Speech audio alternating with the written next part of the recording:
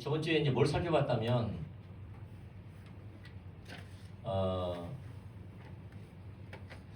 예수님의 부활의 역사성이라는 거죠. 그러니까 예수님의 부활은 믿음이 아니라는 거예요. 그러니까 믿음이 아니라는 거예요. 이건 역사적인 사실이라는 거예요. 역사적인 한 사실. 그것이 굉장히 중요합니다. 그래서 객관적이라는 거예요. 기독교인들만 갖고 있는 주관적인 신앙의 믿음이 아니고 역사적으로 일어난 객관적인 사실이라는 겁니다.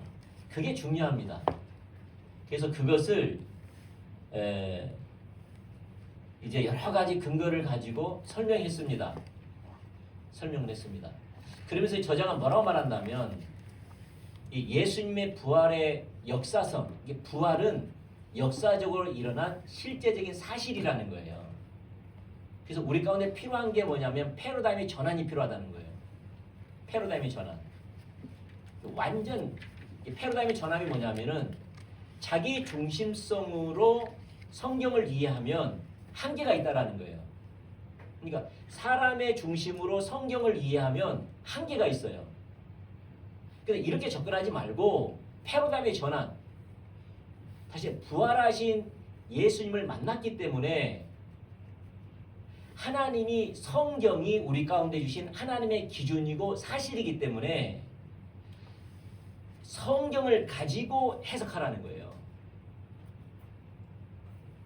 내가 이해하는 것이 아니고 내가 하나님을 이해하고 성경을 이해하는 게 아니라 하나님과 성경의 관점으로 믿고 이것이 기준으로 믿고 우리가 이것을 가지고 진리를 가지고 살아가라는 거예요.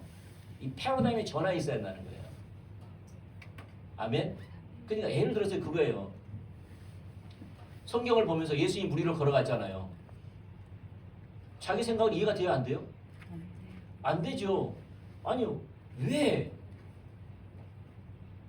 유다가 다말에서 아이를 낳는데 그게 예수님의 조상이게 됐거든요. 어떡하여 이 근친상간 어찌하여 이게 시아버지와 며느리가 해가지고 아이를 낳는데 어떻게 예수님의 조상이 될 수 있냐. 이 불길한 게 아니냐. 나는 이해할 수 없다. 이건 뭐죠? 누가 접근한 거예요? 자기의 관점으로 접근한 것은 한계가 있다라는 거예요. 절대로. 인간으로 알 수 없다라는 거예요. 그래서 우리 패러다임의 전환이라는 거죠. 성경이 그렇게 써놨으면 그것을 믿고 왜 그렇게 써놨는지 이게 진리이기 때문에 하나님이 내 눈을 열어 알게 해달라는 관점으로 바뀌어야 한다는 거예요.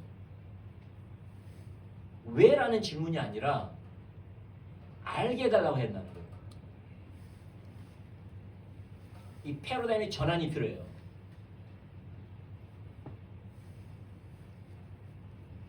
아멘? 그러면 봐보세요. 이거예요. 자기 중심성은 성경에 도달할 수 없지만 성경의 관점으로 자기 중심성을 보면 자기 중심성을 이해한다는 거예요.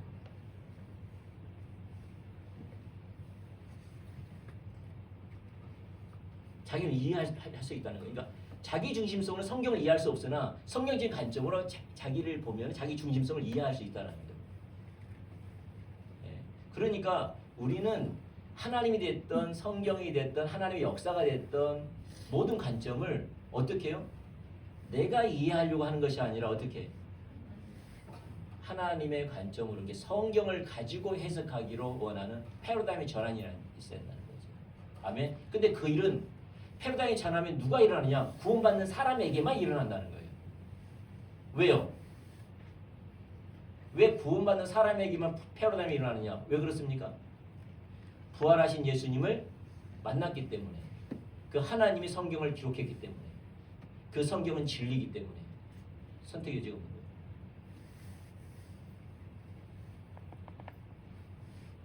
그래서 예수 믿는 사람만이 패러다임이 전환이 나요. 왜요? 아까 말씀드린 것처럼 부활하신 예수님을 만났기 때문에 하나님이 성경을 기록했기 때문에. 그래서 이해 못하는 것은 내 문제지 하나님 문제가 아니라는 거예요. 그래서 패러다임의 전환이 있어야 된다는 거예요. 반드시. 할렐루야. 하나님의 관점. 성경이 진리라는 거예요. 성경이 옳음을 옳은 거예요. 어떻게 동정녀 마리아가 남자를 알지 못한 처녀가 어떻게 잉태를 할 수 있냐 이 말이에요. 성령으로 영으로 어떻게 생명을 만들 수 있냐, 물리적인 결합으로 인해서 어떻게 아이가 만들어질 수 있냐 이 말이에요. 근데 인간으로는 알 수 없다라는 거예요. 근데 패러다임이 전환이 되면, 내가 부활하신 예수님을 만나면, 무에서 유를 창조하시는, 죽음에서 썩어질 것에서 생명으로 하나님이 이렇게 창조할 수 있다면 능히 가능하다는 거예요. 이 패러다임의 전환이 반드시 있어야지만 우리는 성교적 삶을 살 수 있다는 겁니다. 뒷부분에 그걸 강조한 거죠. 할렐루야. 네. 우리 믿죠? 네, 믿죠. 네, 그러면서 이제 그 부활이 가져온 게 엄청나다는 거예요. 오늘은 이제 뭐냐면 예수님의 주대심입니다. 부활이 가져온 거예요. 그러니까 여러분, 예수님, 이제 부활하신 예수님을 만난 사람만이 이 내용이 무슨 말인가 이해가 되는 거예요. 예수님을 만나지 못한 사람은 이 말이 무슨 말인가를 모르는 거예요. 아멘? 예. 부활하신 예수님을 만난 사람이 모든 가치관, 모든 게 바뀌어버리는 거예요. 이제 봅시다. 47페이지 보도록 하겠습니다. 예수님의 주대심. 여러분, 이게 정신을 바짝 차려야 돼요. 내가 그 영적 공격이 뭐냐면 영적인 혼탁이 와요. 집중을 못해요. 네, 집중이 못하고 영적인 혼탁이 오고 잡생각이 나고 막 그래요. 그러면 예수님을 끊어야 돼요. 아멘. 왜냐하면 우리가 예배드리는 게 하나님과의 만남이잖아요. 하나님과 교제하는 거잖아요. 맞나요? 네, 그러니까 영적으로 깨어있길 축복합니다. 잠 오면 일어서면 좋아요. 일어서 뒤에서 하더라도. 자, 봅시다. 자, 예수님의 주대심. 자, 목차를 보면 예수님의 부활은 예수님의 주대심을 드러냅니다. 초대교회가 전한 복음의 핵심은 예수님이 주시라는 것이었습니다. 예수님이 주님이라는 말의 의미, 그 의미는 뭐가 들어가 있어요? 주인, 세상의 적법한 주인이여 통치자, 야훼 본체, 온 우주의 주인. 네, 복음은 공적 진리다. 에클레시아. 오늘 이제 그걸 좀 보도록 합니다. 간대까지만 가보려고 합니다. 아마 방 정도 갈 것 같기도 합니다. 자, 하다가 질문이 있으면 질문하세요. 아시겠죠? 네. 자, 우리가 감당할 소명을 올바로 이해하는 데 있어서도, 우리가 살고 전하는 복음을 올바로 이해하는 데 있어서도 예수님의 부활에 대한 강력한 역사적 증거로서도 매우 중요한 한 가지는 초대교회가 전한 복음을 살펴보는 것입니다. 초대교회가 전한 복음의 핵심은 예수님이 주님이시다라는 것이었습니다. 예수님의 부활은 예수님이 주되심을 드러냅니다. 예수님이 부활이 뭘 드러냈다고요? 예수님이 주되심, 우리의 주되심을 드러냈다라는 거예요. 이제 이게 뭔가, 우리가 앞장에서 살펴본 것처럼 예수님이 이 땅에 오셨을 당시 세계에서 죽은 자의 부활을 믿는 사람들은 오직 유대인들 뿐이었습니다. 그 당시 이교도들의 사상에서는 부활과 조금이라도 비슷한 것조차 없었습니다. 그러니까 예수님의 부활은 누구만 믿었다고요? 유대인. 이교도들은, 다시 말해서 하나님이 배제된 종교를 갖고 있는 사람들은 부활과 조금이라도 비슷한 게 없었어요. 뭐도, 어떤 것도, 부처가 됐든 오하마드가 됐든 뭐 다. 자, 그런데 톰 라이트 박사는 초대교회가 전한 예수님의 부활은 그 당시 유대인들이 가지고 있던 부활에 대한 신앙과 7가지가 다르다고 말합니다. 여러분, 초대교회, 그러니까 유대인들만이 부활에 대한 이해를 갖고 있었는데, 유대인이 가지고 있는 부활의 성격은 뭐였죠? 새 하늘과 새 땅이 임할 때, 하나님이 이 땅에 심판하러 오실 때, 새 하늘과 새 땅이 임할 때, 그때 죽은 자가 부활한다는 사상이었죠. 신앙이었죠. 부활 신앙이. 그래서 예수님이 마르다에게 마리아야 그 나사로가 살아날 것이다. 살아난 걸 믿느냐? 죽은 자가 살아날 걸 믿느냐 했더니 내가 믿나이다. 주님 오실 그날에 죽은 자가 살아날 것을 내가 믿나이다. 이때 그 마르다가 유대의 사상을 가지고 이야기한 거거든요. 그러니까 예수님이 그들은 예수님이 죽음과 부활을 이해하지 못하죠. 근데 언젠가 말세에 언젠가 심판주로 하나님이 오실 때에 죽은 자의 부활이 있을 거라는 거죠.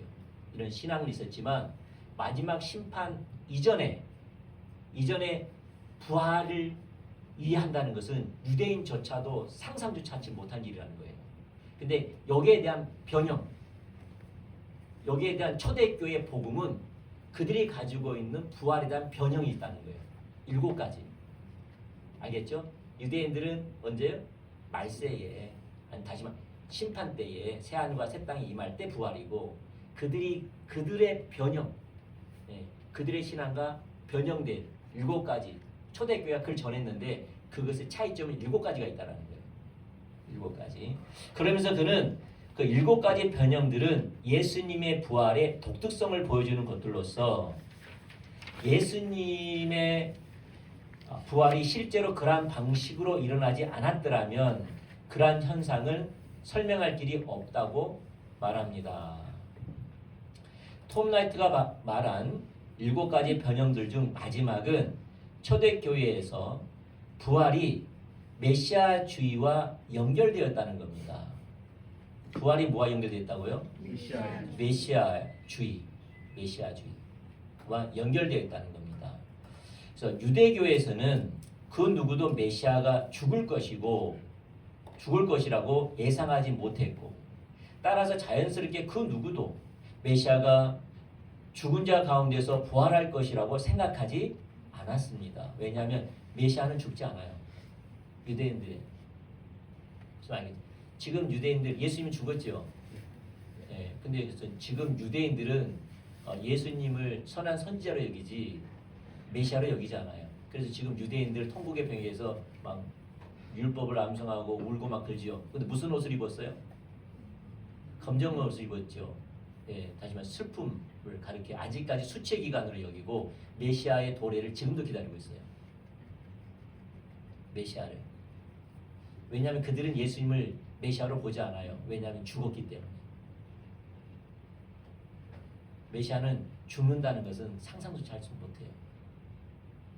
근데 부활은 메시아주의에서 굉장히 중요하다는 거예요. 왜 그런가?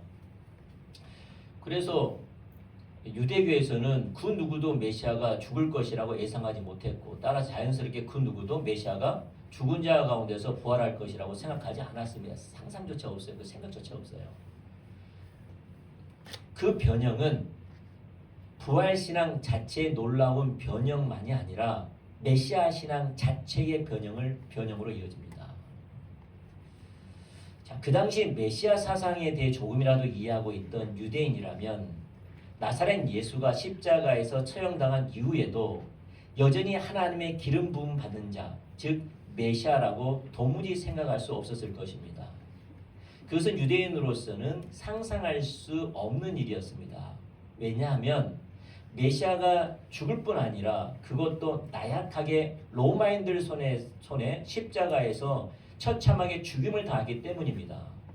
더 나아가 제 책 기초성경 공부 1권 우리의 위대한 구원에서도 말했듯이 그 당시 유대인들은 사람이 나무에 달려 죽은 것을 하나님의 저주를 받은 것으로 이해하고 있었기 때문입니다. 무슨 말 아시겠죠? 그러니까 봐보세요. 그러니까 지금의 유대인들의 메시아는 다윗 왕국의 재현입니다. 지금 유대인들이 말하는 하나님 나라 그리고 메시아는 하나님이 다윗 왕국을 재현시킬 것이고 다윗 왕국을 재현시킬 다윗과 같은 메시아로 이해하고 있습니다. 메시아. 근데 그런 메시아가 나약한 유대 병사에게 죽임을 당했고 특별히 십자가의 죽임을 당했으니 십자가는 저주받는 사람들이 달리는 곳인데 그 메시아가 달렸다고 했으니 어떻게 예수를 메시아로 믿을 수 있겠냐 이 말이죠. 그들이 말하는 하나님 나라가 다시 회복될 건데 그것은 다윗 왕국의 재현인데 이 땅에 그래서 세대주의라는 거예요. 이 땅에 임할 거라는 거예요. 우리 하나님 나라가 이 땅에 임하지만 이 세상에 임하는 게 아니죠. 어디에 임했습니까? 하나님의 통치. 어떤 영토와 어떤 지역이 아니라 하나님이 다스리는 통치, 영역이 하나님 나라죠. 근데 유대인들은 그렇게 생각하잖아요. 다윗 왕국의 재현이에요. 다시 이스라엘은 부강할 것이고 강력할 것이고 그 나라는 확장될 것이고 온 세계에 영향을 미칠 거라는 거예요. 그리고 그런 나라를 갖다 세우기 위해서 메시아가 온다는 거예요. 누구와 같이? 다윗과 같이.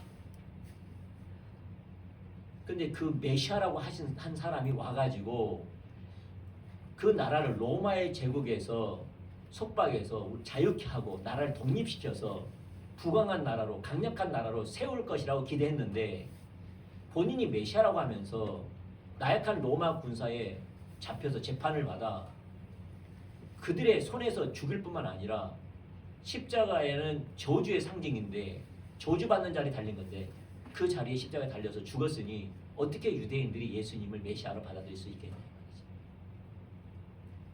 나약하고 저주의 상징이 십자가에 박혔는데 그리고 그 예수님을 메시아라고 한다면 누구 유대인이 그걸 믿겠냐 이 말이에요. 그들의 부활에 관한 메시아에 관한 신앙에서 봤을 때 그 말입니다. 그러나 초대교회는 매우 일찍부터 바로 예수님의 부활 때문에 예수님이 참된 메시아라고 단언했습니다. 우리는 바울 서신서 이전에 확립된 초기 신경으로 여겨지는 것들로부터 그 사실을 확인할 수 있습니다.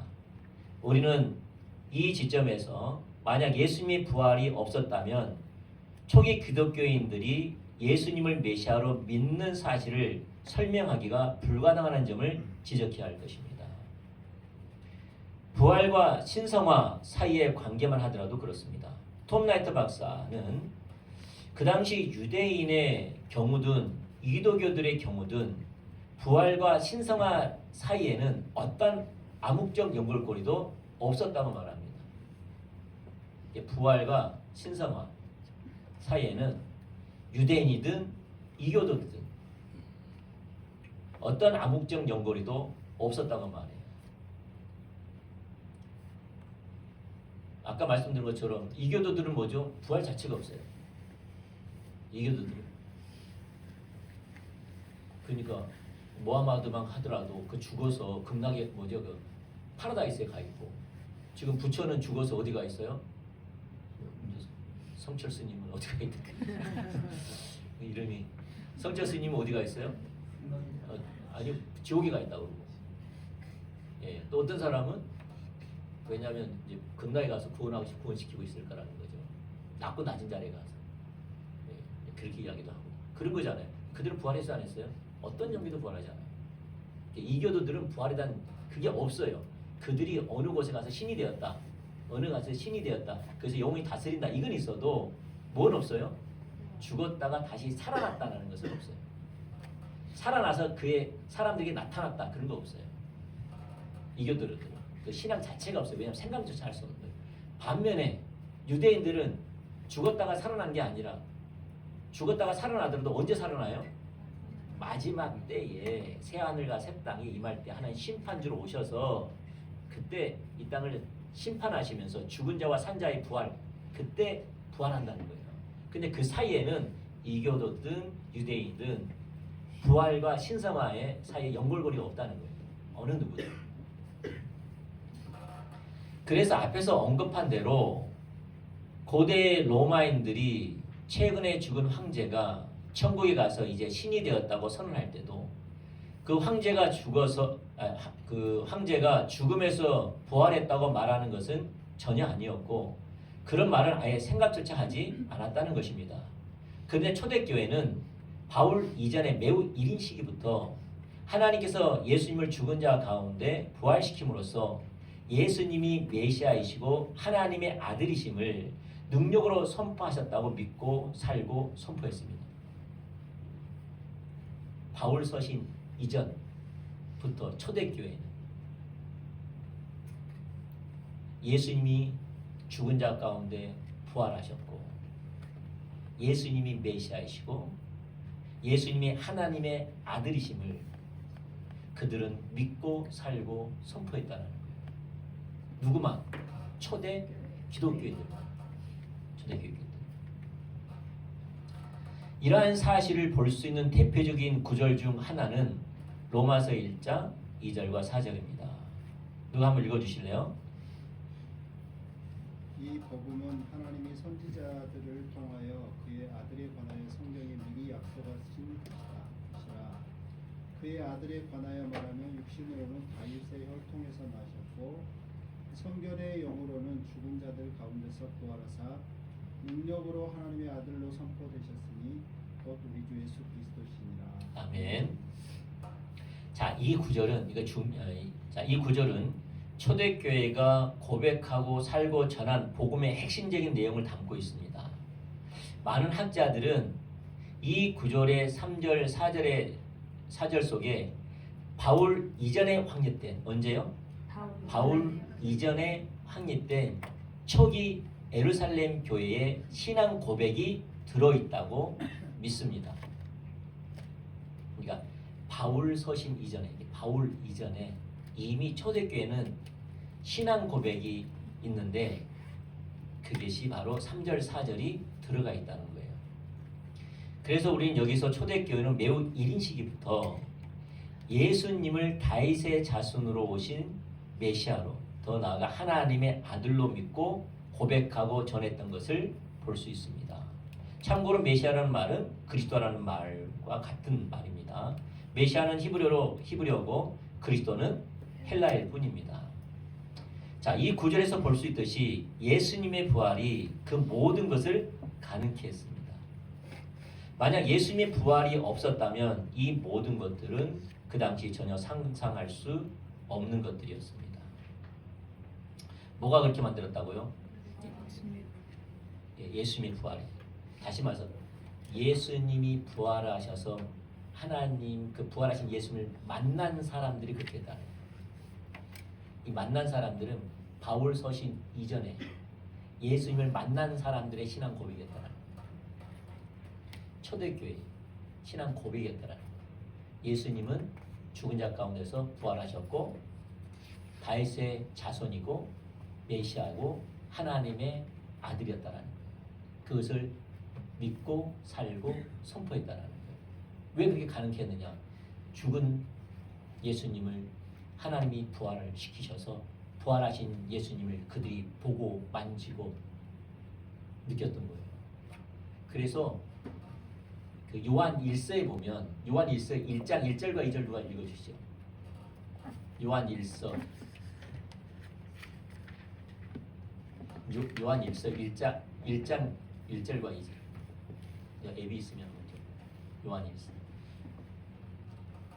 태초부터 있는 생명의 말씀에 관하여는 우리가 들은 바요, 눈으로 본 바요, 자세히 보고 우리 손으로 만진 바라. 이 생명이 나타내신 바 될지라. 자 보세요. 누구시죠? 예수님이시죠. 그 예수님을 어떻게 했다고요? 그들이 본바요. 보고 듣고 자세히 만졌다는 거예요. 다시 부활하신 예수님을 만났다는 거예요. 부활하신 예수님을 만났기 때문에 그 예수님이 메시아이시고 다윗의 자손이시고 하나님의 아들이신 그게 선포된 거예요. 부활이 그걸 가능케 했다. 아멘? 맞습니까? 여러분 왜 성경이 공적 진리예요? 왜 성경이 옳아요? 내가 틀리고. 왜 성경이 옳아요? 내가 틀리고. 여러분 누굴 만났기 때문에? 부활하신 인격체신 예수를 만났기 때문에 그 하나님이 진리라고 성경을 주셨기 때문에 그게 진리예요. 내 감정, 내 이해, 내 해석 이게 아니라 뭐가 진리예요? 성령의 진리. 내가 이해하지 못해도 깨닫지 못해도 그게 옳은 거예요. 왜 그렇게 변화시켰어요 우리를? 부활하신 예수님을 만남으로 그게 가능했던 거예요. 아멘. 부활이 그렇게 만든 거예요. 여러분 안 더우세요? 좀 더우네요. 이거 한 단 했는데 그렇죠? 떠볼까요? 너무 건조하네요. 건조하죠. 좀 꺼지 않아. 다음에 제습기를 이따마시 해가지고 가습기 제습기면 큰일 나네. 가습기를 어떻게 해야 되나 어떻게 해야 되나요? 뭐 이렇게. 하여튼 송다순이한테 생각해 보십시오. 네. 네. 하나만 꺼도 낫네요. 아 그래요? 네. 하여튼 예, 우리 좀 가습기를 좀 어떻게? 저거는 그 공기청정기입니다. 저게 몇 평? 50평인가 60평인가 감당할 수 있는 그 160만 원짜리. 조그맣게 보여도. 자 봅시다. 그래서 자 지금 이제 계속 우리가 뭘 집중했냐면 부활은 역사적인 사실이다. 그 예수님을 우리가 만났다. 그러므로 이게 요구되는 것은 패러다임의 전환이다. 자, 하나님의 관점으로 성경을 이해해야 된다. 또 성경을 가지고 세상을 봐야 된다. 성경이 중심이다. 패러다임의 전환이 있어요. 그리고 이 부활이 뭘 가지고 왔다고요? 예수님이 우리의 주 되신다. 이걸 가져왔다는 거예요. 부활이. 그래서 기독교 기원 분야에서 매우 훌륭한 학자였던 독일 티빙겐 대학의 마틴 행겔 박사도 초대교회가 자신들이 선포하는 복음의 메시지를 간략하고 효과적으로 정리해서 선포했는데 그들은 그것들을 세 가지 출처에서 얻게 되었다고 말합니다. 세 가지 출처가 뭘까요? 첫 번째는 현재 자신들이 경험하고 있는 부활하신 주님. 부활하신 주님. 초대교회가 자신들이 선포하는 복음의 메시지 뭘 근거를 해요? 현재 자신들이 경험하고 있는 부활하신 예수님. 두 번째는 예수님 자신이 메시아이심에 대해서 가르쳤던 말씀에 대한 기억. 세 번째는 유대인이 누구나 기억하여 외우고 있던 메시아에 관한 시편들, 구약의 여러 가지 구절들, 특별히 이사야 후반절.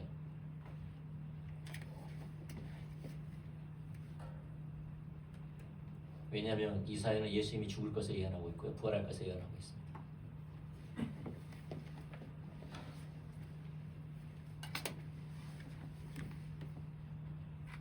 그래서 핵심이 뭐다고요? 여기서는 지금 현재 자신들이 경험하고 있는 부활하신. 자 볼게요. 그 다음에요. 자, 초대교회가 전한 복음의 핵심은 예수님이 주시라는 것이었습니다. 자, 앞에서 살펴본 로마서 1장 3절부터 4절에서도 볼 수 있지만 초대교회가 믿고 고백하고 살고 전한 복음의 핵심은 예수님이 주님이시다라는 것이었습니다. 혹은 예수 그리스도가 주님이시다라는 것이었습니다. 우리는 대표적으로 빌립보서 2장에서도 그것을 잘 볼 수 있습니다. 누가 한번 읽어주시죠. 이 마음을 품으라 곧 그리스도 예수의 마음이니 그는 근본 하나님과 동체시나 하나님과 동등됨을 취할 것으로 여기지 아니하시고 오히려 자기를 비워 종의 형체를 가지사 사람들과 같이 되셨고 사람의 모양으로 나타나사 자기를 낮추시고 죽기까지 복종하셨으니 곧 십자가에 죽으십니다. 이러므로 하나님이 그를 지극히 높여 모든 이름 위에 뛰어난 이름을 주사 하늘에 있는 자들과 땅에 있는 자들과 땅 아래에 있는 자들로 모든 무릎을 예수의 이름에 꿇게 하시고 모든 입으로 예수 그리스도를 주라 시인하여 하나님 아버지께 영광을 돌리게 하셨느니라. 아멘. 자, 많은 학자들은 사도 바울이 여기서 그 이전에 이미 확립된 서신서에서 서신서 이전에 사도 바울의 서신서 이전에 이미 확립된 초대교회의 신앙 고백을 인용하고 있거나 그것을 토대로 기록하고 있다고 믿습니다. 그리고 그 신앙 고백을 7절에 비워 헬라어로 케노라는 단어에서 따서 케노시스 시라고 부릅니다. 케노시스 시, 시편이죠. 케노시스 시라고 부릅니다. 성서학자인 이승현 박사도 최근의 책 바울의 아담 기독론과 새 관점에서 케노시스 시는 신약성경 가운데서도 초대교회의 기독론적 이해, 기독론이 뭔지 아시죠? 예수님에 대한 이해, 예수님에 관한 교리입니다. 기독론이라고 하는 거예요. 예수님은 어떤 분이신가, 성품은 뭔가, 왜 오셨는가, 뭐 이런 거 있죠. 예수님에 관한 기독론이라고 하는 겁니다.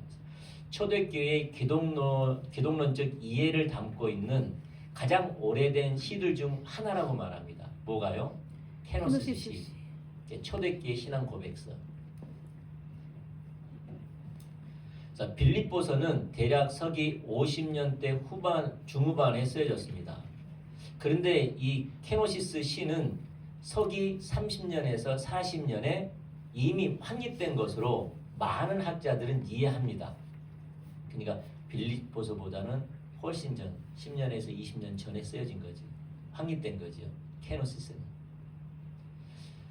그래서 제임스 던은 예수님이 죽으신 후 20년 이내에 그리스도가 예수라는 이름에 결부되었고 예수 그리스도로 붙여 사용되었으며 어느 정도 개인적인 이름으로 기능했음은 어느 신약성서 학자에게도 친숙한 사실이었다고 말합니다.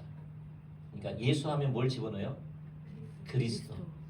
예수 그리스도 아니면 그리스도 예수라고 그 예수님의 개인적인 이름의 기능을 했다는 거예요. 같이 쓰여졌다는 것을. 근데 이것은 신약성서 학자라면 이건 친숙한 사실이라는 거예요. 따라서 이 시는 초기 기독교인들의 예수님에 대한 중요한 이해를 담고 있습니다.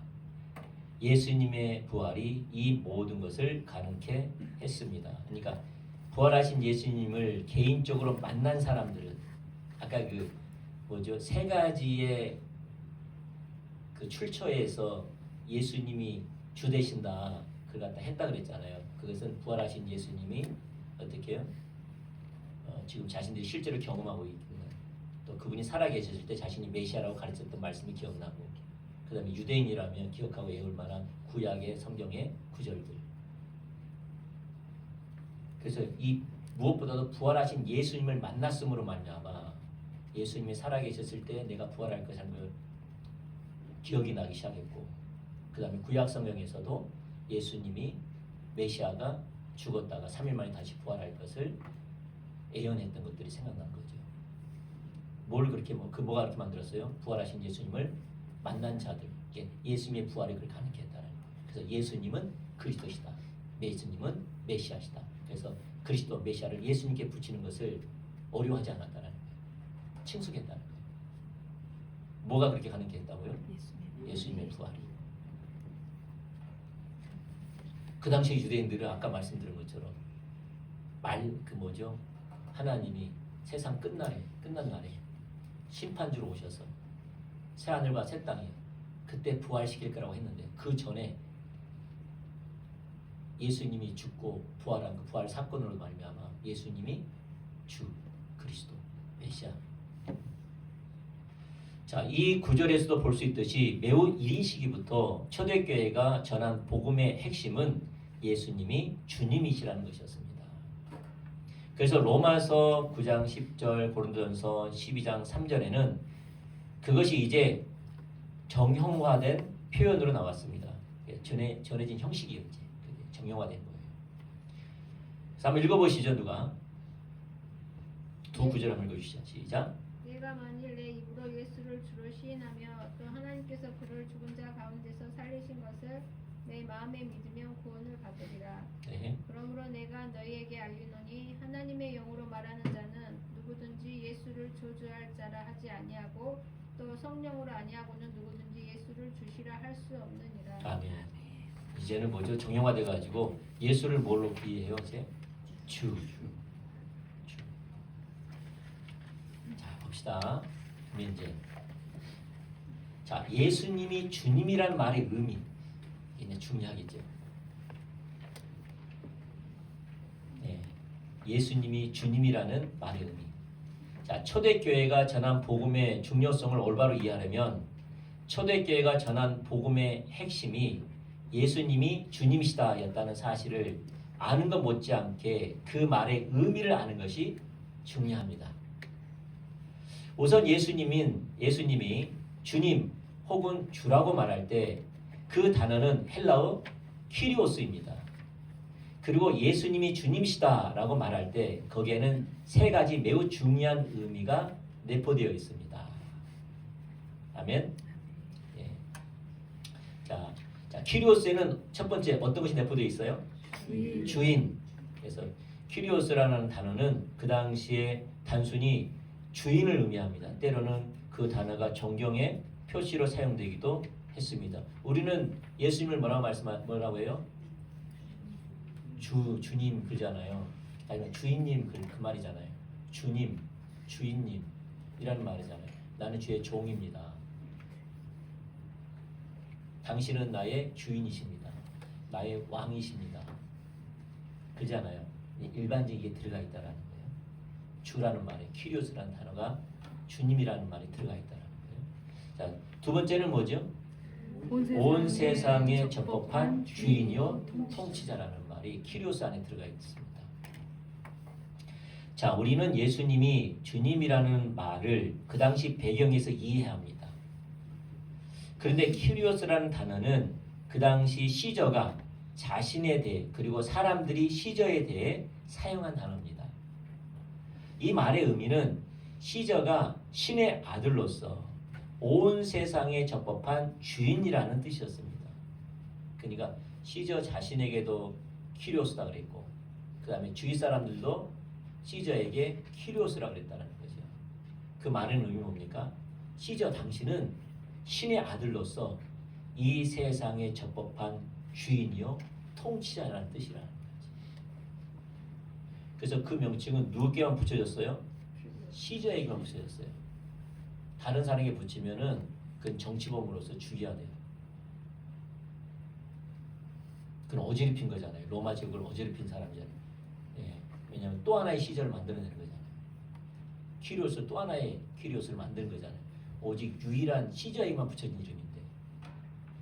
그래서 그 당시 사람들은 공공장소에서 황제의 흉상 앞에 향을 피우고 큐리오스 가이사르 시저는 주시다라고 선언하면서 충성을 바쳤습니다. 이승현 박사는 이 부분을 잘 표현하고 있습니다. 자, 보면 빌립보 교회가 속한 그리스 로마 제국은 황제 숭배 사상을 통하여 단일한 왕국을 유지하기 위한 종교 체계를 수립하였다.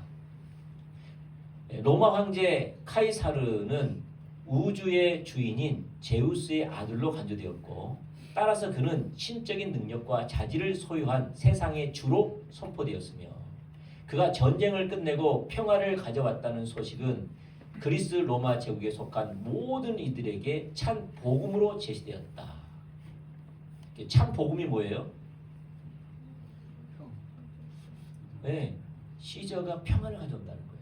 그게 전쟁에서 승리하면서 그 소식이 전폐된 것이 뭐라고요? 기쁜 소식이었다는 거예요. 그래서 복음은 기쁜 소식인데 누구에 붙여진 거예요? 시저에게만 붙여진 거예요. 복음이라는 게. 그래서 키리오스, 시저만이 세상의 적법한 통치자, 세상의 주. 그 시저가 평화를 가져온다는 소식은 기쁜 소식. 시저만이. 그래서 시저에 대한 이야기, 시저의 소식이 기쁜 소식이었어요. 그러나 빌립보서는 2장 6절부터 11절에 케노스 씨는 로마 황제가 아니라, 그러니까 초기 기독교인들의 그 신앙 고백, 서신서 이전에 초대교회의 신앙서 고백. 그 케노시스는 로마 황제가 아니라 누가?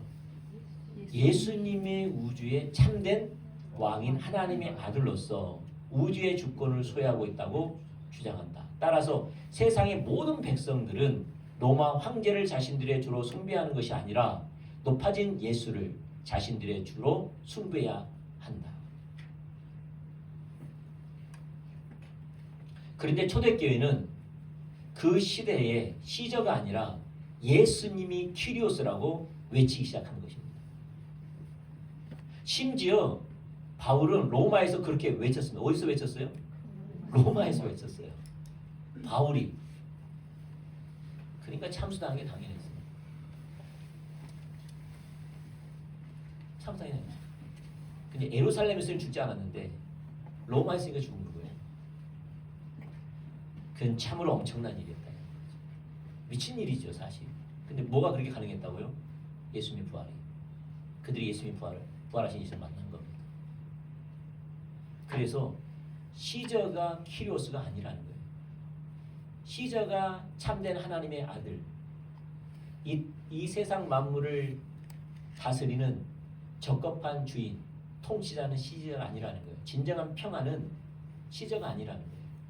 기독교인들은 부활하신 예수님을 만남으로 그가 메시아, 그가 하나님의 아들로서 그 이름을 높이 드사 모든 무주 만물을 그 앞에 두신 이 세상의 합법한 통치자 예수님만이 진정한 평안을 주신다. 이게 기쁜 소식이었다는. 그래서 예수님께 붙여버린 거예요. 그래서 초대 기독교인들이 순교를 당한 이유가 정치범으로 죽은 겁니다. 예수께 키리오스를 붙인 거예요. 왜 그게 가능했을까요? 예수님의 부활을 가능했다. 그래서 사실이라는 거예요. 만들어내서야 그렇게 할 수 없다는 거예요. 왜냐하면 상상할 수도 없는 부활을 외쳤고 목숨을 내놓고 그것을 믿고 살고 전했다는 거예요. 그것도 로마에서. 초대교회가 속했던 로마 세계에서는 복음이라는 단어도 일방적으로 황제의 축이나 생일 등 황제의 소식을 알리는 전언을 의미했습니다. 그것이 당시에 모든 사람이 알던 복음이라는 단어의 의미였습니다. 황제가 축이하고 황제가 생일입니다. 그게 뭐라고요? 복음이었다. 기쁜 소식이었다는 거. 황제만 붙였다는 거예요. 근데 초대교회는 로마 황제만을 위해 사용되었던 그 단어, 특히 로마 황제를 지칭하기 위해 동전이나 기념비에도 새겨져 있던 주나 하나님의 아들과 같은 표현을 예수님에게 사용했습니다. 그들은 그것을 확신하고 고백하고 그 삶을 살고 그것을 담대하게 선포했습니다. 그리고 그들 중 많은 사람들은 그 고백과 선포로 인하여 많은 핍박과 불이익을 당하고 심지어 목숨까지 빼앗겼습니다. 이 모든 것 역시 예수님의 부활이 가능했습니다. 예수님 부활이 아니면 설명이 안 됩니다. 자, 예수님이 주이시다라는 것의 첫 번째 뭐였어요? 주인. 두 번째는 온 세상을 접복한 주인이자 통치자. 또 하나는 뭐냐면 야훼의 본체. 야훼의 본체라는 거예요. 여기까지만 하겠습니다. 야훼의 본체. 자, 마지막으로 예수님이 주님이시라는 말은 예수님이 하나님, 즉 야훼의 본체라는 말입니다. 이게 엄청나거든요. 자, 70인형 성경은 서기 전, 예수님이 이 땅에 오시기 전, 서기 전 3세기부터 2세기 사기에 애굽의 알렉산드리아에서 72명의 학자들이 히브리어 구약 성경을 헬라어로 번역한 책입니다. 각 지파 6명씩. 그래서 12지파지요. 72명을 선별한 겁니다. 각 지파에 6명씩 해가지고. 그래서 72명인데 70인형이라고 합니다. 그걸 왜 70인형이라고 왜 70인형이 어떻게 생겼다고요, 성경을? 예. 그러니까 12지파의 72명의 학자들이 히브리어 구약 성경을 헬라어로 번역한 겁니다. 그래서 그 당시에 이제 유대인들이 세계 여러 곳에 흩어져 있었잖아요. 그러니까 그들이 히브리어를 잊어버린 겁니다. 헬라어를 사용한 거예요. 그들에게 복음을 전하게 되니까 성경을 익혀야 되니까 그들을 위해서 헬라어로 번역한 겁니다. 그래서 70인형 성경이 중요한 이유는 신약 성경에 나오는 구약 성경의 인용 대부분이 70역에서 나온 것이었다는 사실. 그러니까 그리고 현재 통용되는 구약 성경의 구분이 70인형에 의한 것이라는 사실. 그러니까 이런 구약 성경 구분이 어떻게 돼 있죠? 창세기부터 말라기까지죠. 그 누가 그렇게 구분한 거예요? 70인형 이렇게 한 거예요. 시대별로, 역사별로. 그래서 모세 오경 해가지고 역사서, 시가서 여러 가지 해가지고 예언서, 대선지서, 소선지서 해가지고 그들이 만든 겁니다. 순서대로.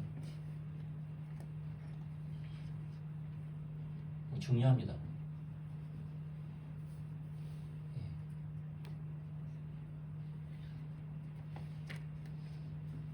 초대교회가 사용했던 성경도 뭐라고요? 70년 성경이었다는 사실 등이 있습니다. 이게 초대교회에 그들이 가지고 있는 성경이 구약 성경이 뭐였다고요? 70년 성경이었다는. 그런데 그 성경은 히브리어 야훼를 헬라어로 번역할 때 무려 1600번이나 그 주 호 퀴리오스라고 번역했습니다. 그러니까 구약의 야훼가 누구죠? 하나님의 성어죠. 하나님의 이름이죠. 그걸 뭘로 표현했다고? 뭘로 해석했다고요? 호 키리오스, 그 주. 근데 그 주를 누구에 붙인 거죠? 예수님에게. 그러니까 예수님이 야훼라는 거예요. 이게 야훼. 그래서 여러분 구약에서 이게 많이 나오죠. 여러분 그 처녀가 잉태하여 아들 낳으리니 그 구약의 예언을 하죠. 그걸 70인형을 써가지고요. 그 복음서의 저자도 뭐라고 쓴다면은 원래는 히브리어는 젊은 여자가 잉태하여 그렇게 나오거든요. 근데 그걸 70인형은 헬라어로 번역해가지고 처녀가 잉태하여 그랬잖아요. 그 성경에 70인형을 인용한 겁니다. 그런데 그 70인형에서는 야훼 하나님을 뭘로 해석했다고요? 호 큐리오스, 그 주. 그 야훼라는 이름을 누구께 붙인 거예요? 예수님. 야훼 본체라는 게 하나님이라는 거예요. 예수님. 뭐가 그렇게 가능했다고요? 부활. 놀랍습니다, 진짜. 이거 보면 볼수록. 그런데 그러한 배경에서 초대교회는 예수님이 바로 그 주, 호 퀴리오스라고 선포한 것입니다. 그래서 예수님을 뭘로 믿어야 돼요? 주와 그리스도. 예수님이 그리스도라는 거예요. 메시아라는 거예요. 하나님의 아들. 유일한 온상의 적법한 통치자. 유일한 평안을 가져오는 복음, 참된 복음. 그리고 키리오스, 야훼 본체, 하나님의 본체, 하나님이시라는 거예요. 그것은 그 말의 의미를 알고 있는 유대인들에게는 엄청나게 충격적인 말이었을 것입니다.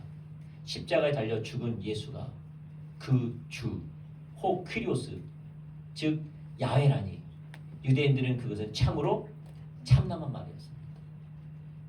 그것은 신성 모독이었습니다. 사도 바울이 복음이 유대인들에게는 거리끼는 것, 즉 걸림돌이라고 말하는 것은 당연한 말이었습니다. 읽어보죠. 우리는 십자가에 못 박힌 그리스도를 전하니 유대인에게는 거리끼는 것이요 이방인은 미라는 것이로되. 걸려 넘어지게 한다는 거예요. 거리끼는. 참남한 말이죠. 어떻게 저주받아 죽은 예수가, 나약한 예수가 어떻게 하나님이냐, 참남하도다. 받아들일 수 없었어요. 그건 신성모독이었어요. 근데 초대교회의 신앙 고백서는 이미 초대교회는 예수님을 뭘로 불렀다고요? 주, 큐리오스. 하나님의 본체, 야훼의 본체, 하나님이시다. 우리는 케노시스 시야에서도 이 부분을 볼 수 있습니다. 아까 빌보서 2장에 나와 있는 많은 학자들은 그 시의 10절과 11절이 이사야 45장 22절과 23절 일부 인용한 것이라고 봅니다. 그런데 원래 이사야 45장의 그 구절은 야훼 하나님이 자신에 대해 말한 말로서 그 구절의 요점은 하나님이신 야훼의 유일성과 그분의 유일무이한 구원의 능력을 강조하는 것입니다. 그런데 초대교회는 매우 이른 시기부터 그 구절을 예수님에게 적용한 것입니다. 엄청난 내용입니다. 이승현 박사도 성서학자인 이승현 박사도 이렇게 말합니다. 예수가 구약에서 오직 하나님께만 속했던 권리, 곧 만물의 경배의 대상이 되어 하나님만이 소유했던 우주적인 주권을 공유하게 되었음을 알려준다. 그러니까 예수님이 하나님만 속해 있던 찬양과 경배를 받을 뿐만 아니라 또 하나님만이 다스리는 이 우주의 주권을 그의 아들 예수에게도 공유되게 되었다. 왜냐? 그분은 야훼의 본체이기 때문에.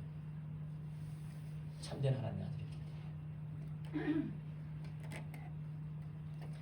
자, 복음이라는 단어도 마찬가지입니다. 아까 복음은 누구에게 없으셨어요? 그 로마에서는, 그리스 로마에서는 시자에게 없으셨죠. 네.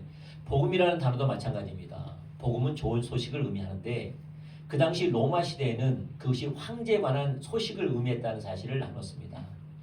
반면에 그 당시 유대인들에게는 그 단어가 장차 유대인들에게는 아까 그 그리스 로마에게는 누구에 붙였다 그랬죠? 시저, 황제에게만 붙였던 의미였죠. 근데 유대인들에게는 그 단어가 장차 오실 메시아에 관한 것이 아니라 하나님 자신에 관한 것이었습니다. 그러니까 봐보세요. 아까 그 마르다가 하나님이 다시 오시면 우리 오라버니가 다시 살아날 줄 믿습니다 할 때 다시 오실 분은 메시아가 아니라 야훼 하나님이었다라는 거예요. 구약의 배경을 갖고 있으니까. 예. 그래서 유대인에게는 그 단어가 장차 오실 메시아에 관한 게 아니에요. 그 단어는 하나님 자신에게 관한 거예요. 야훼 하나님, 스스로 계신 자, 성부 하나님께 관한 것이었어요. 이게. 이에 대한 좋은 성경적 배경이 이사야 40장과 52장입니다. 이 좋은 소식의 핵심은 하나님이, 성부 하나님이, 여기서 말하는 하나님이 친히 다시 오실 것이며 모든 민족이 그분의 영광을 볼 것이라는 것입니다. 유대인에게 이 좋은 소식은 인간 황제에 관한 것이 아니라 진정한 왕이신 모든 창조 세계 창조주 하나님의 귀환에 관한 것입니다. 그런데 초대교회는 매우 이른 시기부터 복음을 예수님에게 적용했습니다. 같이 읽어보죠. 시작. 이 복음은 하나님이 선지자를 통하여 그의 아들에 관하여 성경에 미리 약속하신 것이라. 그의 아들에 관한 것. 복음은 뭐라고요? 그의 아들에 관한 소식이라. 유대인들마저도 누구에 관한 걸 이해했는데 메시아가 아니라 창조주 하나님의 방문, 창조주 하나님의 귀환, 이걸로 이해했는데 근데 초대교회 이른 시기부터 초대교회의 신앙 고백은 그 복음이 예수 그리스도에 관한 거라지. 놀라운 겁니다. 뭐가 그렇게 가능케 했다고요? 부활.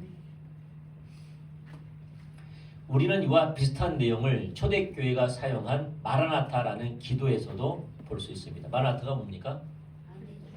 아멘 주 예수여 오시옵소서. 이게 마라나타죠. 이제 그게 이제 아까 이제 그 고린도서 16장 마지막 그 22절에 나오거든요. 그게는 그렇게 나온 게 아니라 이제 뭐죠? 어서 오시옵소서라고 말해요. 어서 오시옵소서가 마라나타인데 그게 나옵니다. 뒤에 나옵니다.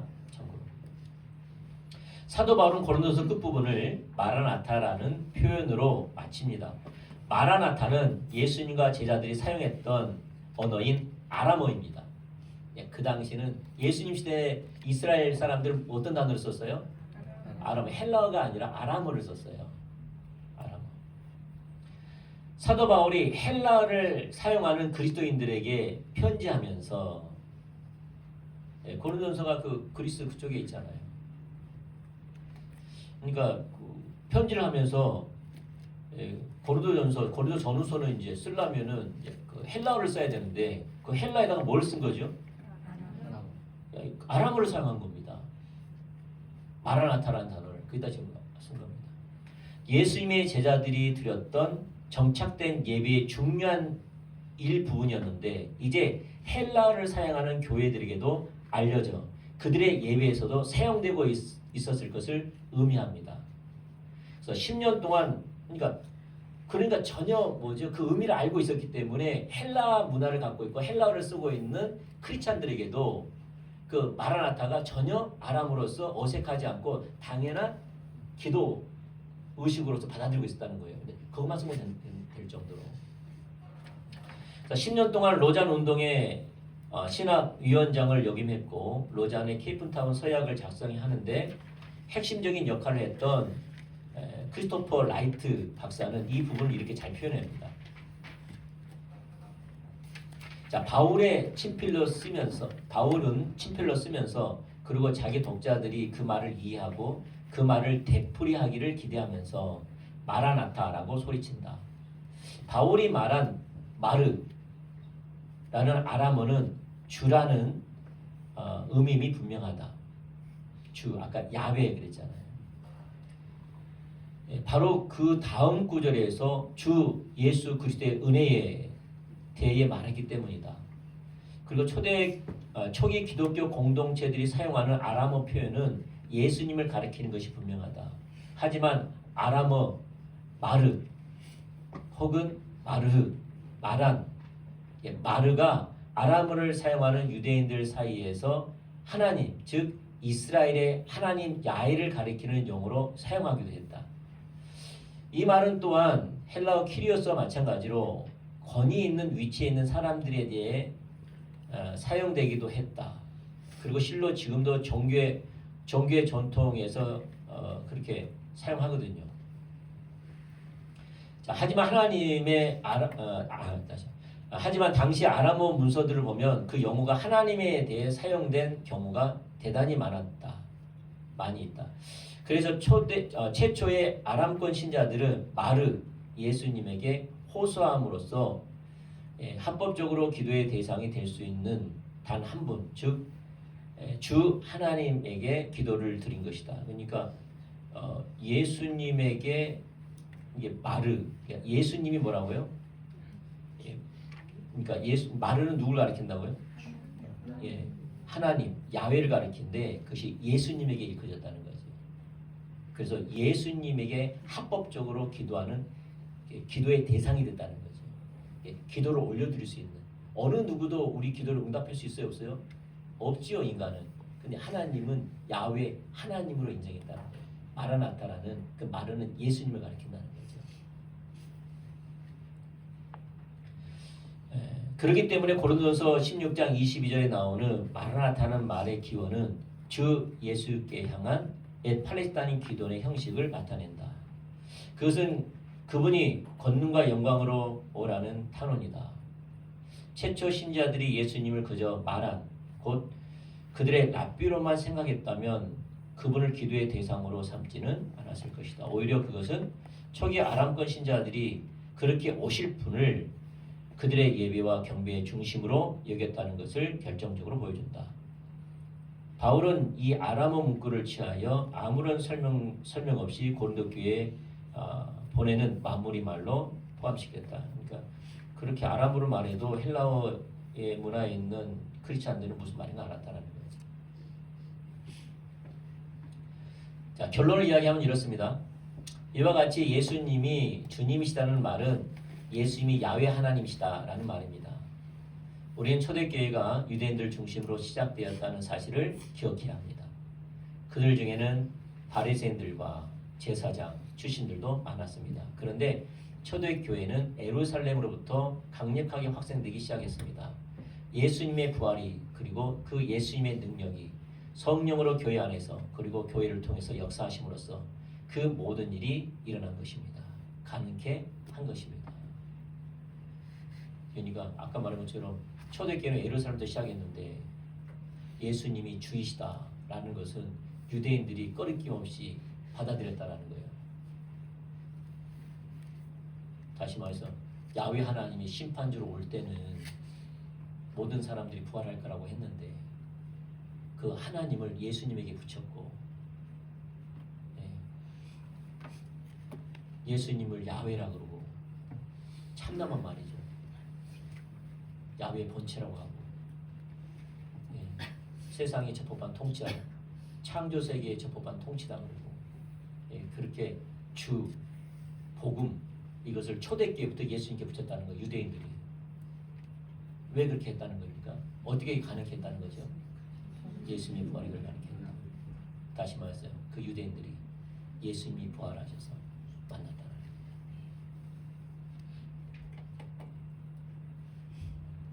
그래서 자기들이 교제하고 있는 예수님, 그들이 예수님이 살아계실 때 말씀하신 것을 기억하고 구약의 예수님의 메시아 되심을 그 인용된 구절들을 생각해서 예수님에게 붙였던 거예요. 부활이 아니었다면, 부활이 예수님 만나지 못했다면 불가능한 일이라는 거죠. 그래서 키리오스라는 주라는 것을 로마 황제에게만 붙였는데 예수님께 붙임으로 말미암아 많은 핍박과 어려움과 목숨까지 잃었음에도 불구하고 양보하지 않았다는 거예요. 포기하지 않았다는 거예요. 물러서지 않았다는 거예요. 왜 그렇게 됐느냐? 그분을 만났기 때문에. 그래서 부활은요 역사적인 사건이고요. 부활을 통해 예수님을 만난 사람들은 예수님을 주라고 고백했다. 네, 우리도 그렇다는 거죠. 아멘. 오늘 하겠습니다. 혹시 하면서 질문 있으십니까?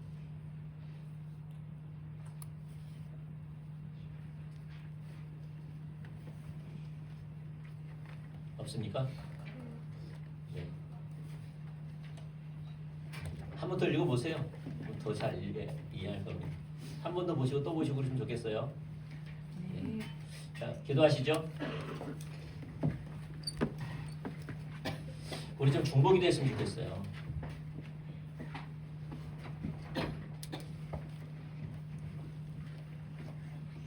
참 이렇게 신앙생활 하면서 패러다임의 전환이 일어나지 않는 분들이 계세요.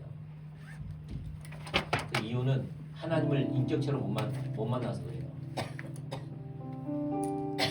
우리의 복음은 예수님이 주이시다라는 거예요. 예수님이 하나님이시고 하나님의 아들이시고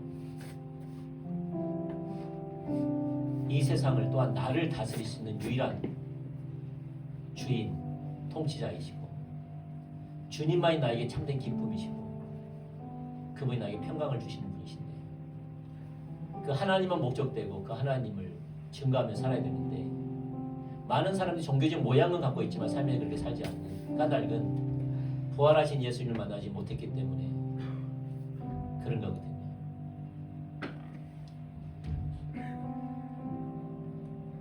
부활하신 예수님 인격체로 만나주시기 인격체로 내 앞에 나타난단 말이 아니라 날 사랑하신 하나님이 날 구원하신 예수님이 내게 오셨네. 오늘 나에게 사랑을 베푸셨네. 이 복음을 믿게 해주셨네. 그분 날 사랑하시구나. 그분은 내 앞에 계시구나. 그래서 그 하나님을 인식하며 그 하나님을 사랑하려고 하는 이게 인격신 예수님과 만난 건데 인격체로 알아가는 건데 그는 만나는 사람만이 인격체로 섬기는데 우리가 너무나 관념적이고 추상적이고 실제적인 사실이 아니라 믿음이 필요로 하는 그런 신앙을 하니까 얼마나 어렵고 예를 씁니까? 사실인데 만나지 못하면 믿음이 필요한 거예요. 안 믿어지니까 믿게 해달라고 그렇게 애쓰는 거예요. 주님 다시 한번 이 땅에 부흥으로 임해주세요. 하나님이 영광 가운데 자신을 나타내 주세요. 여러 가지 모양으로 성령을 대구로 부으셔서 여러 가지 모양으로 나타내 주세요. 하나님의 살아계심. 좀 기도했으면 좋겠습니다. 기도하시죠. 사랑하는 하나님 감사합니다. 예수님은 죽으셨고 부활하셨습니다. 이 땅에 온 땅에 충만히 거하십니다. 임재에 계십니다. 우리 하나님을 알 수 있도록 도와주세요. 만날 수 있도록 도와주세요. 믿음이 필요한 게 아니라 사실로 경험하게 해주세요. 부인할 수 없는 사실적인 예수님과 교제하고 사실적인 예수님을 믿고 살아계신 예수님을 만났기 때문에 그분이 말씀하신 성령의 기준이 되어 말씀대로 살아가는 부활이 그렇게 가능케 합니다. 믿는 사람들이 그렇게 신앙을 가졌던 것처럼 우리나라 민족 가운데 내 주위 가운데 내 가족 가운데 내 친족 가운데 부활하신 예수님 만나 주셔서 부활의 능력으로 역사하시는 하나님을 경험할 수 있도록 역사해 주시옵소서. 믿음이 필요한 게 아니라 사실로 받아들여서 알아주고 깨달아주고 어느 환경과 어떤 위치에 있더라도 믿어주는 알아주는 깨달아주는 그런 사실과 있도록 하는 역사를 주시옵소서. 만나주세요. 주의 성령을 부어주세요. 능력을 임하여 주셔서 예수님 시대에 부으셨던 성령이 초대교회에 임하셨던 성령의 강력한 역사로 하나님은 살아계시구나, 예수님은 살아계시구나, 예수의 이름으로 해가지고 나타나는 모든 능력으로 말미암아 그분은 부활하셔서 이곳에 계시구나, 그분이 역사하시는구나, 그분이 성령으로 치유하고 계시구나, 회복하고 계시구나. 모든 사람이 선명히 알 수 있도록 도와주시옵소서. 부흥을 보내주세요. 능력으로 역사해주세요. 강력한 성령의 능력, 하나님의 방문으로 말미암아 예수님을 자신의 주로 여기며 주님을 따라가고 주님을 섬기시고 역사해 주시옵소서. 다시 한번 우리에게도 그렇게 만나 주시옵소서. 하나님 우리에게도 인격처럼 만나 주세요. 다시 한번 우리 가운데 만나 주세요. 나에게 만나 주세요. 나에게 부흥이 필요합니다. 영광을 임하여 주세요. 살아계심을 나타내 주세요. 다시 한번 우리 가운데 만나 주세요. 내 영혼을 소생시켜 주세요. 내 영혼을 살려 주세요. 오 하나님 긍휼을 베풀어 주시옵소서. 온 열방과 나에게도 역사해 주세요. 새롭게 부활하신 예수를 만날 수 있도록 살아계신 그분을 만날 수 있도록 역사해 주시옵소서. 주님 참된 복음을 알게 해주세요. 예수를 가리게 하시고 오 하나님 우리가 배고픕니다. 우리가 필요합니다. 주님 더 만나게 해주세요. 더 알게 해주세요. 그분의 살아계심을, 그분이 우리와 함께 하심을 우리를 이끌어 주시옵소서. 우리가 엎드려 주의 구하오니 영광을 임하여 주십시오. 초대교회 성도들이 가졌던 신앙을 함께 해주시옵소서. 예수는 주이시다. 예수는 나의 왕이시다. 나의 통치자시다. 나에게 참된 승리이고 평안이시고 나의 유일한 구원이시고 나의 참된 하나님이시며 그분만이 나의 유일한 길인 것을 알게 하여 주시옵소서. 이 시간에 가리게 시켜 이 시간에 가리게 시켜 할렐루야 하나님 이르시기 이르시기 이르시기 이르시기 오 하나님 역사해 주세요. 오 하나님 나를 긍휼히 해주세요. 이 시간에 가리게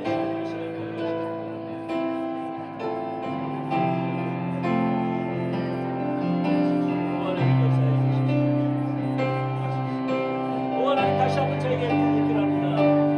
다시 한번 주의 방문이 필요합니다. 다시 한번 강력한 하나님 만남이 필요합니다. 나를 그냥 내버리지 말아 주시옵소서. 내 영혼을 살려 주시옵소서. 소생시켜 주시옵소서. 회복시켜 주시옵소서. 주님 하시고 우리가 이대로 살아갈 수 없습니다. 이 시간이 가는 이 시간이 이 시간이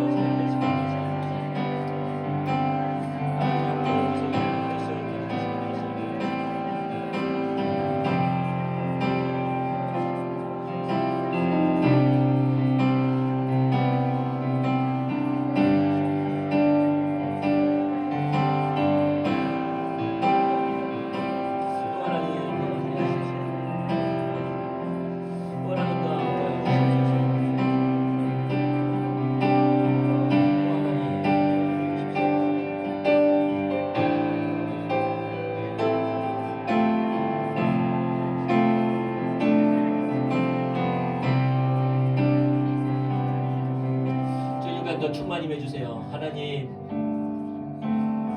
우리를 버리지 아니하시고 하나님 자신을 계속 우리 가운데 알려주심을 감사. 그의 우중과 우도를 알리시고 그의 마음을 알려주시고 뜻을 알려주시고 가르쳐주시고 생명으로 역사함에도 불구하고 우리의 삶의 패턴이 행동 양식이 너무나 육신적이고 너무나 하나님의 인재를 담지 못하는 삶을 살고 있습니다. 우리 용서하시고 바라오니 하나님의 얼굴을 구하는 영적 질서를 회복시켜 주십시오. 또 바라고 바랍니다. 우리가 싸워야 할 영적 전쟁입니다. 제발 도와주세요. 말씀과 기도와 경건서적이 우리를 떠나지 않게 해주세요. 계속 주님을 찾게 해주세요. 주님이 계속 내게 말씀하시기를, 계속 임재해 계시기를, 계속 영적으로 깨끗해지고 청결해지고 그 임재의 신선함이 계속 부어질 수 있도록, 늘 신선한 만남이 우리 가운데 주어질 수 있도록 긍휼과 자비를 베풀어 주시옵소서.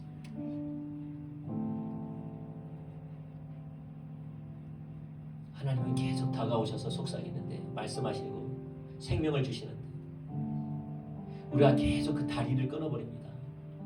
그 다리를 무너뜨리고 있습니다. 하나님도 건너오지 못하게 하고 나도 건너가지 못하게 만드는,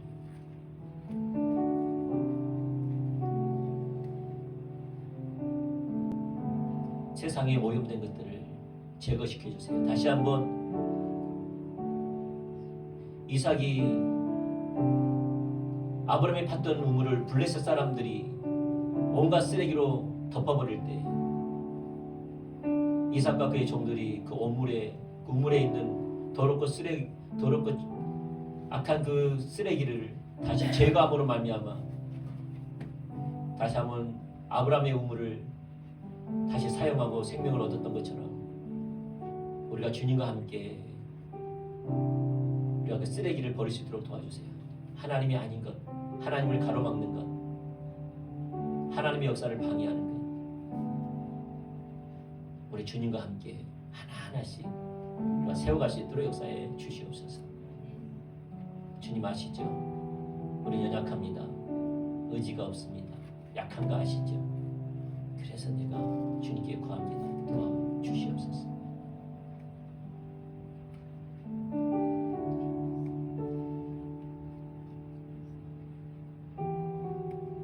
함께 해주세요. 긍휼히 여겨주세요. 불쌍히 여겨주세요.